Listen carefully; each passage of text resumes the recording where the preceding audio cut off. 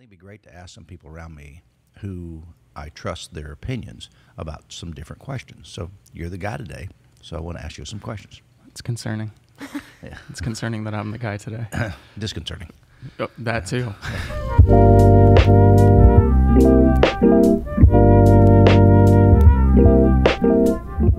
In beliefs, area beliefs, are there beliefs that are more important than others? Do they all have the same status? Do beliefs change? I think that it's inevitable that some of the things that you think will change, and definitely should change. How much of that should change and how quickly, and I think that's another question. Have your beliefs changed in your lifetime? Yes, absolutely. So, And a lot of them change and then change back. You know, it's kind of weird. You start at a certain point and then you disregard that entire thing. You wander out and then you look at everything else, the other thing that was so attractive to you, and you go, well, actually, what's the value? There was a lot more value in there than what I thought. are there some beliefs, though, that you think will never change? One thing that I think is really, really valuable is the idea that everybody has some sort of value. We're a place that sees all people as a hospital sees all people. You know, there's a certain obligation when you're a hospital that if somebody comes in and they're hurt, that you have to treat them. As a doctor, you have to treat those people that come in that are hurt, no matter who they are. So I think that seeing people first and foremost that way is closely tied to this idea of God being love. What do you think happens when a lot of our core beliefs are turned upside down in a short span of time? I don't think the ideal thing to do is lose every bit of what you think at once. But I also think that it's not good to hold on to everything that you have forever. I think that there are certain things that you should be struggling with. Right. And I think that having a community of people that you can struggle with, that you can come in and say, well, you know what you said about original sin, I don't know if I agree with you on that. Right. And I mean, 2 weeks before you said that on stage, we had that conversation where I was like, I think you're missing something in this. And we had a whole debate about that. But that's okay. That's how it should be. Yeah. Because it's the struggle that brings you to something better, that will bring you to something that's more updated, that's more beneficial for you and the people around you.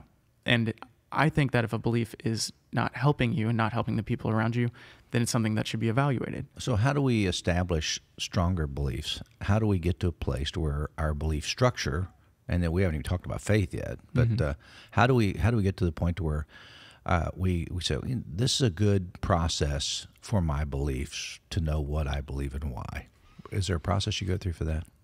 Yeah, I mean, I think the process is just getting comfortable with people that disagree with you, because that's the most reasonable and easy way to start, is by having discussions with people that disagree with you, that you know have a different set of ideas than you do, and then talking to them and asking them why they have those beliefs, where did they come from, and trying to truly understand where they got their ideas from, or what it is about their personality or their background or their traumas that led them to this place where they have a different idea and understanding than you do. Yeah. Alex and Mike, two of my closest friends, I've known because of church and through church, and we have tons of disagreements and arguments all the time. And it's so healthy to be able to go to those guys, knowing that they have different opinions than me, and being able to say, hey, what do you guys think about this thing that I've been thinking about? Or I'm struggling with this idea, or should I be upset by this?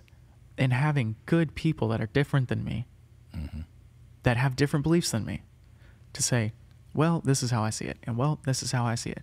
Because if all I have is 3 people that think the exact same as me and look at things the exact same way as me, and I come to them with a problem, they're not offering me anything that I don't already have. They're just going to reiterate the thing I already think, and I'm going to be stuck in my echo chamber, and I'm not going to develop, I'm not going to move forward, I'm not going to grow, and ultimately I'm going to hit the same walls over and over and over again. But Suncoast doesn't have a statement of beliefs for that reason, correct? I think that a lot of times we have these statements that we've been given, and the beliefs or the statements of belief that we've been given, we didn't come up with them. Right. And I'm saying we, like, generally generally we Christian people, We didn't create these ideas. These things were created a long time ago.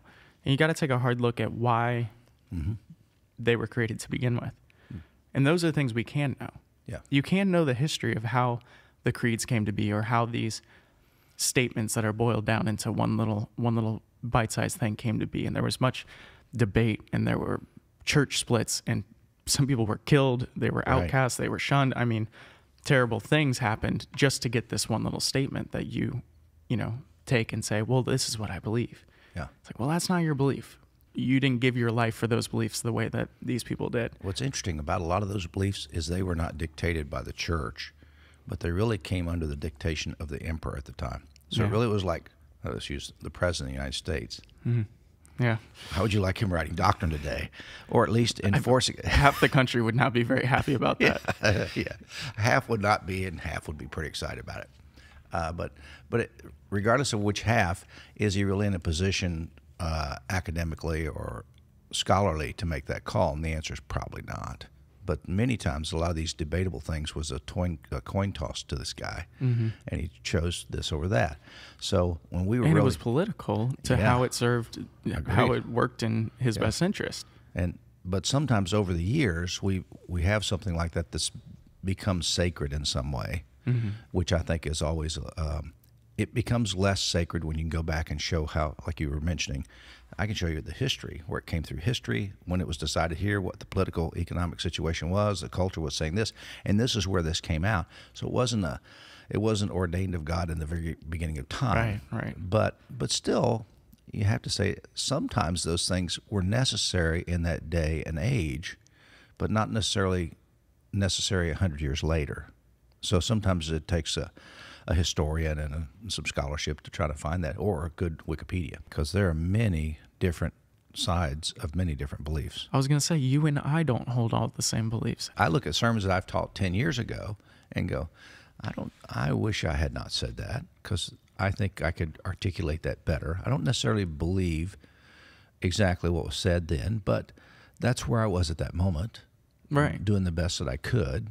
And I think when we help people get to where they are, but we can't come up with some static statement. You have to believe all these things, or you're out. Yeah, and if you believe these, you're in.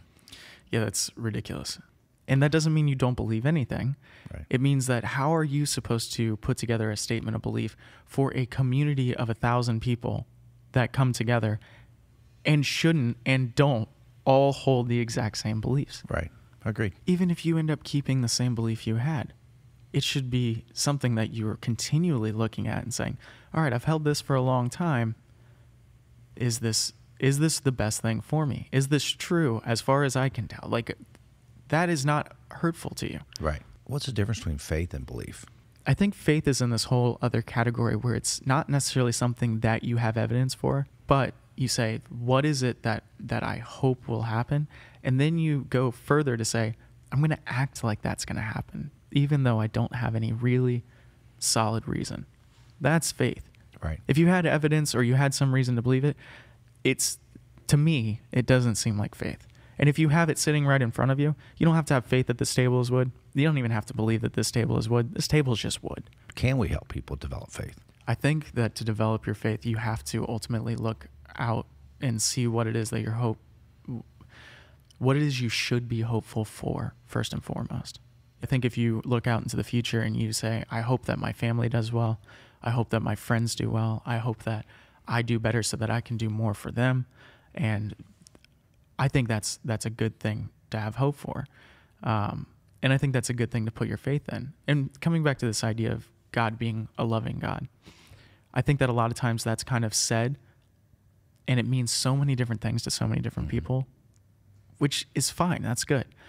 But for me, I like to really kind of pull something down into one thing. Not saying that the one thing is exhaustive and there's no other things, but the whole God is love thing becomes very tied to, how do you see the future? How do you see things working out?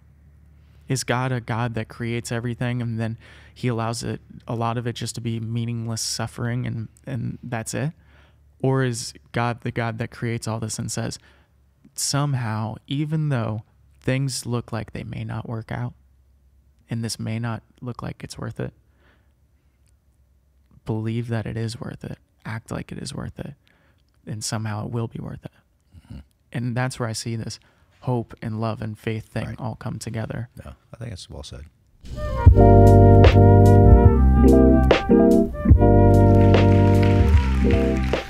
Good morning. It's good to see you today. Thank you so much. And if you want to know more about what goes on in that kind of interview, we have a coffee talk on our website. You can go there, but from 8:30 to 9 o'clock every Monday through Thursday, there's a 30-minute interview with someone, and we find that to be delightful. So if you're interested in that, you can pay attention to that. Other things are in your hand. You can look through those at your leisure to find out what's happening in the life of the church. Today we're in this teaching called AMA, or Ask Me Anything. And we've gotten your questions. So just to give you an example, see these pages? These are your questions that you've sent in, and we want to thank you for them. And there are many. This is just the questions, and here's the answers. There, all the answers right there. So I'm just teasing, but it'll be a lot of fun as we begin to start this series. We start with talking about beliefs and faith because we think that's a good foundation. Because some questions will be faith questions, some are belief questions, and some are going to talk about social issues and other things. But if you were to have different people up here answering questions, if Ryan were here or Brett were here or anyone who attends, the staff of the church, you'd most likely get different answers. But today I'm here, and I prefer my answers, according to my opinion, which is the one I value most. You can use that if you want, but really, it's just trying to answer the questions the best I know, and they would do the same thing. But let's start with some heavy questions. The first question that you ask us, you ready? Your question to us. When is Jesus coming on Coffee Talk? He's booked. I mean, he's busy, but we want to have him on there as much as possible. Now let's go to a second question. If the truth of what the Bible is teaching is so obvious and misinterpreted, why is it so rare to find a church like Suncoast? That's a very good question. Because sometimes it's just obvious. It seems like not everybody gets it. Why do we have to go to just Suncoast to find it? Well, when I was a boy, I grew up in a church. And if you don't know, I grew up in a very evangelical church. It's called the Church of the Nazarene. Church of the Nazarene is kind of a combination of Methodist theology, a little bit of Mennonite in there, maybe some, very holiness tradition, but also worship a little more like Baptist. So a very conservative evangelical church. And I want you to hear me very carefully. Different places in the country, the church seemed to be a little different. And one of the pockets of conservatism was in Nashville, another in Indianapolis and around. But in Nashville, very conservative. And as a boy, I went to church basically and I heard this: you're going to die and go to hell.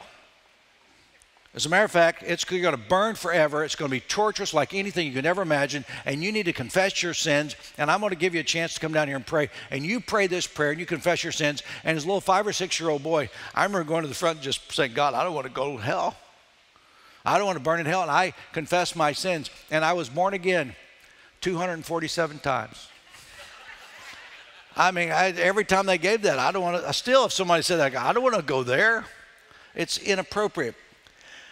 I was in that church and then moved to different areas and realized that's very right wing of that denomination. And I learned lots of things in the Church of the Nazarene. I went to their college. I pastored in their denomination for 17 years. And I wanted to be very clear. I'm grateful for all the things that brought me to where I am today. I have family still in that denomination. They do the best they can with what they know. But what I discovered sometimes, there's a thought transition that has to happen even within that. For example, I remember going to college and hearing the college professors within that same church group say things that were contradictory to what my pastors had told me. And I was a religion major and a business major. And I remember the second year or the third year, and I'm going, how can this possibly be? This is so different. And I remember one time going back to my apartment and saying these exact words, I don't know what I believe anymore. I just don't know. Who's telling me the truth? It's all in the same group. But it was such a healthy statement.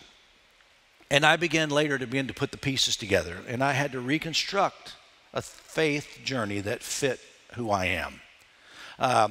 When I first met Mitch Burks, who's part of our congregation, Mitch is a good friend of mine. He had been a Nazarene pastor in Arkansas and resigned, and he came to visit the church I was pastoring. And at the end of the sermon, I talked to him because he was just been a Nazarene pastor. He said, "You can't say that and be a Nazarene." See the conflict even within the denomination. Then I realized at some point in my career, I really didn't fit the Church of the Nazarene, and I left. Then I had this real realization. I didn't fit anywhere.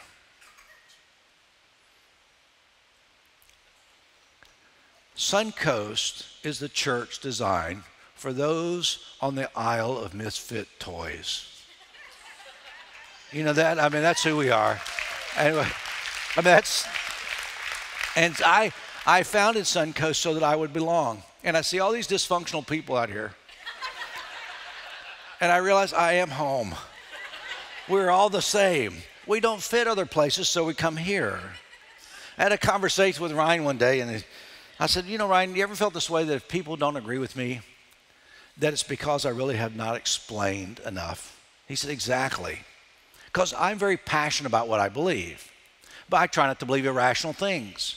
I try not just to believe it because it was taught by the church. When I was in school, in college, I remember you learn something for the exam, you just regurgitate what they tell you.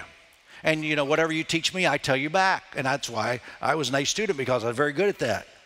But then I went to graduate school. That's a master's program in Kansas City. And during those years, I began to think. Later in my 30s, I was out of school for 8 years and went back to work on a PhD at Florida State with a wife and 3 kids and a full-time job.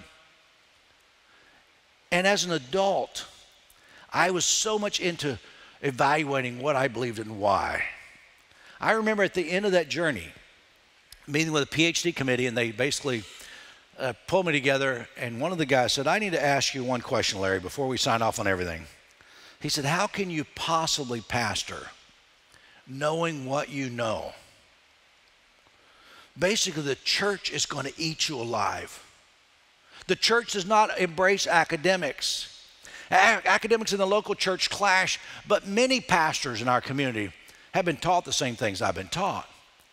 But sometimes local churches don't want to hear that academic stuff. We would rather you regurgitate what we've heard our whole life, and you just say the same thing, and we'll feel good about it. You know my response to that professor when he said, how can you do this? I said, I will find a way. There's too much at stake. Last year, 10,000 churches in our country closed, North America. We need to be honest and answer the questions of the next generation. Listen carefully. I have all the degrees. It doesn't get higher than a PhD, but listen carefully. It's not there. The most educated people I know do not have advanced degrees. People who solve problems, intelligent people. I see people all the time. My father-in-law did not have an advanced degree, but I will tell you he's one of the most educated guys I ever knew in my life. And I was in a class of 7. 5 of the 7 I would not hire to wash my car. Totally incompetent. I thought, why are you in school? Because they could not do anything else. But someday they'll graduate, and they'll go to work for Sarasota County government. Fair enough. And if you work for the government, you know they're your boss. But I remember writing down this several years ago, April 19, 2015. This is what I wrote. Somewhere along the line, I began to quit believing what I was taught and began to believe what made sense and what was revealed to me as truth. My journey is building my faith, no longer a taught faith, but an awakened faith. See, life is a puzzle. And sometimes the pieces don't go together very well, and some of the reasons they don't is because we tried this theological framework that's been passed down from generation to generation. Guess what? It didn't fit 50 years ago, it didn't fit 30 years ago, it still doesn't fit. But should everyone just believe whatever? Am I okay to just say, just believe whatever you want? No, it's more than that. So let's go back to the Apostle Paul. He says in 1 Corinthians 13:1, and now I will show you the most excellent way. And he proceeds to teach us about the love chapter, 1 Corinthians 13. And at the very end, he says, and now these 3 things remain, faith, hope, and love. But the greatest of these is love. We need to spend time with the greatest things. So the question, if the truth of the Bible is so obvious, which is love, and misinterpreted, which it is, why is it so rare to find a church like Suncoast? Because people get caught up in the periphery and they miss the main thing. But I want you to hear me very clearly.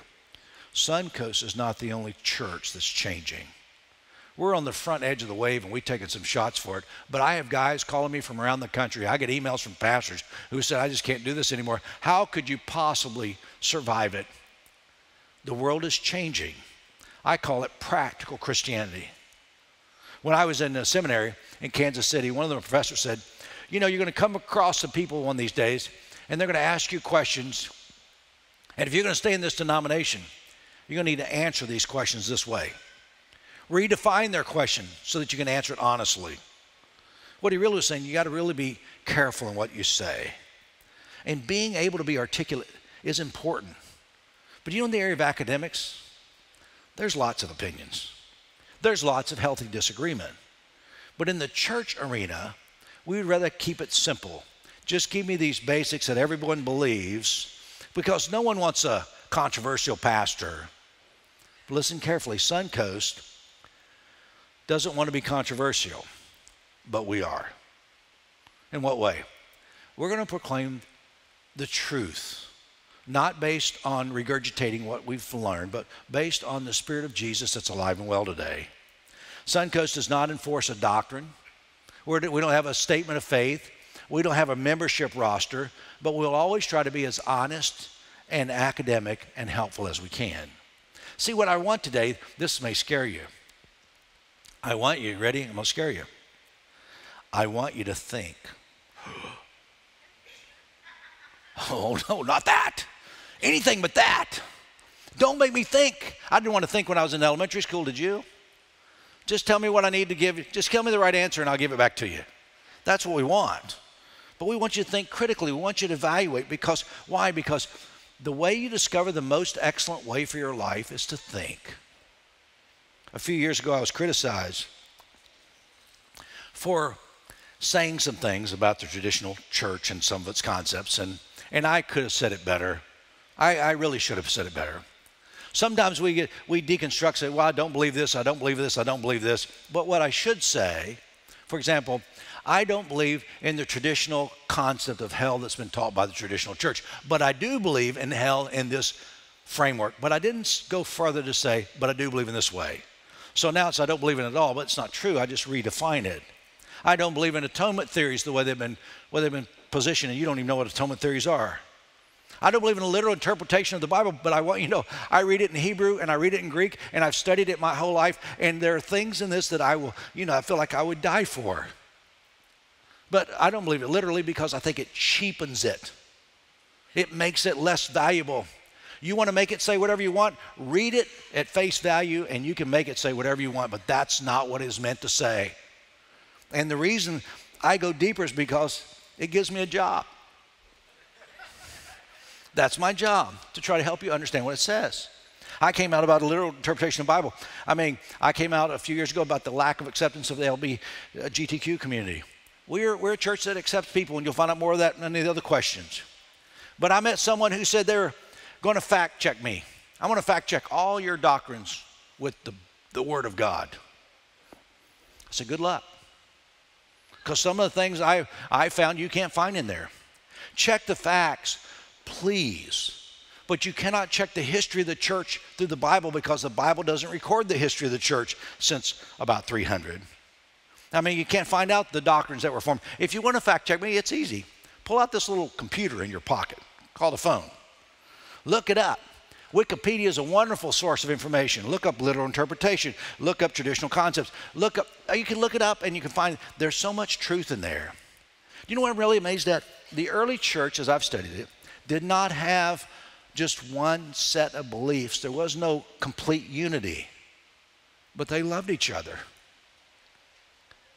In the church today,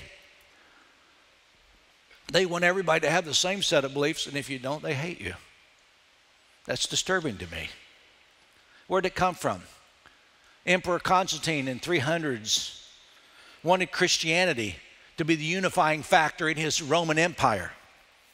And when the early Christians debated their theology, he said, if you guys don't have unity in your theology, how is it possible that you're going to have unity for me? I want one set of beliefs. And if you don't believe exactly the way he wanted you to, he would have you killed, or you'd be killed. The Council of Nicaea in 325 AD was called by the emperor, not by the church. He said, you got to settle this controversy. It's called the Arian controversy. You can read about it. Arian controversy, Arius and Athanasius. These two leaders in the church disagreed. And one was exiled, and then the other was exiled. And finally, the emperor said, you got to give this guy, Arius, you got to give him communion. And the story is that the day that he was to have communion, the Saturday night before he was to have communion on Sunday, he went and had dinner with the emperor. And as he left there, he got violently ill. So sick that he stopped by the bathroom, and when he went to the bathroom, he died there. And it was thought that he was poisoned because the Romans were masters at poison. So here's what I want you to know. If you don't believe exactly what Arius, if Arius didn't believe what Athanasius believed, Arius got killed. Well, his belief didn't survive, but Athanasius did. So really what I'll say to you today, if you don't agree with me completely on everything, you better check those donut holes, right? Just a slow poison, you know. You take a chocolate one. Yeah, no, but that shouldn't be that way. So it's okay, I think, for us not all to have the same exact beliefs, because we're a community church. We're not a Baptist church. We're not a Methodist church. We simply say we don't have a statement of faith. We don't get intent on doctrine. But one of the things we want to be unified in is the way we love each other and the way we love the world. Because that, to me, is the main thing, the greatest of all things. So the next question, why is the Christian church so hateful? Ouch. Someone has felt it, haven't they? And if you never have, I have. Some of the harshest words that have ever been to me had not been by atheists. It's been by church people. Church people. You got to love them. But it's hard. Why? Because they're just people, just like you and me. And sometimes we get afraid that someone's attacking our belief structure and we respond in a way that's out of fear, not out of love and grace. We're just damaged goods. I've heard pastors in this community say, I'm a wolf in sheep's clothing. Beware. Wolf. But then they don't go on to read the next part of that verse, which says, by their fruit you will know them. And if I'm a wolf in sheep's clothing, I want you to know I sure am doing a lot of sheep work. We're giving away a lot of cars and changing a lot of oil and giving a lot of people rent assistance. We're helping people in our community get one foot up on life, because that's what Jesus teaches us to do, and we follow the teachings of Jesus. We think that's important. So why is the Christian church so hateful? We shouldn't be. We can do better. And the next question, why do Christians focus so much on Jesus and so little on God? I think we need to focus more on God. But sometimes he doesn't have the face for us that Jesus does. And we put our emphasis on something that we can see and touch, and we hear the stories of Jesus, and he comes alive to us.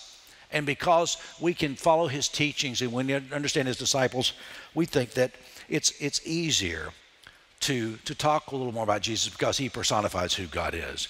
In John chapter 14, Philip had the same problem. He said, Lord, show us the Father, and that'll be enough for us. And Jesus said, Philip, don't you know me? Even after I've been among you such a long time, how can you say, show us the Father?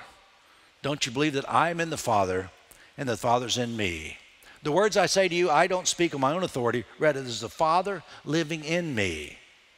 Believe me when I say that I'm in the Father and the Father's in me. So when we focus on the teachings of Jesus, really, it's the love of God that so filled him that we see it a little easier in him. But he personalizes it for us. Another question. How do you keep your faith? By exercising it, by putting it to work. How do we do that? By challenging our assumptions, by having difficult, honest discussions, by reading, by studying. We keep our faith sometimes by venturing into the unknown, by going places that make us uncomfortable, by trusting, by acting no matter what, God's going to be there with us. Sometimes we exercise our faith by looking for the good in the suffering and the ugliness of life. Faith shows up again and again when all seems lost.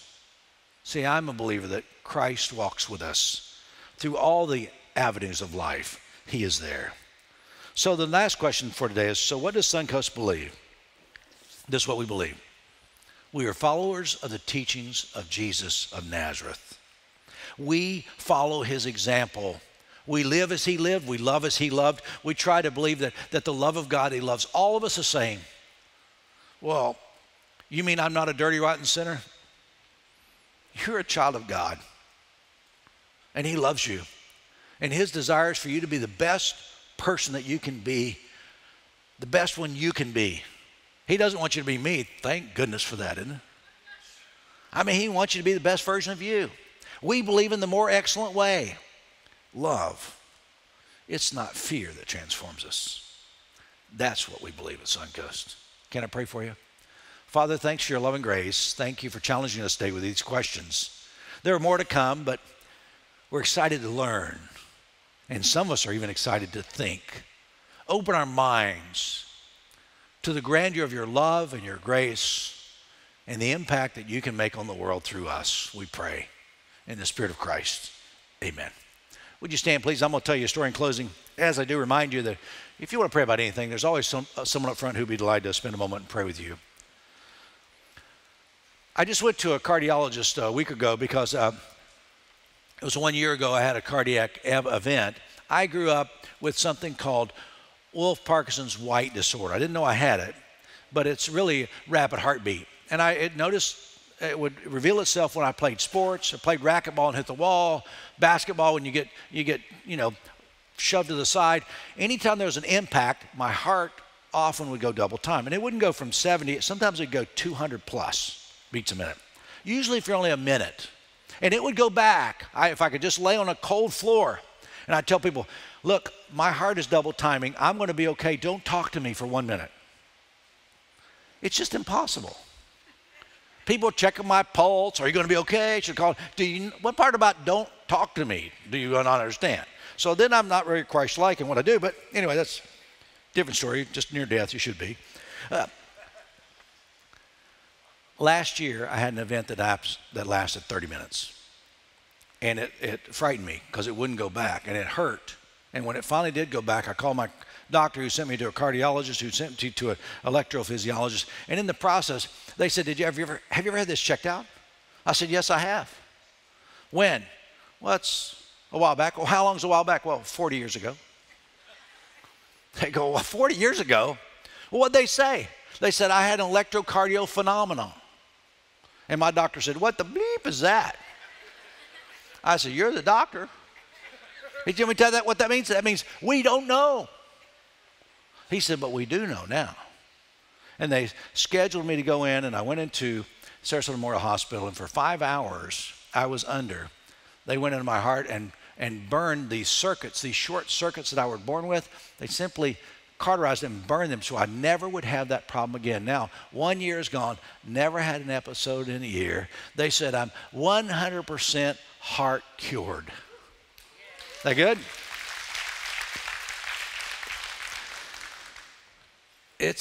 But there's a problem. Sometimes my heart's not 100% tuned toward Jesus, and neither is yours. Today, the challenge is for all of us to understand the most excellent way is the love of God. And if you want your heart to be pure, it's the love of God that'll change who we are.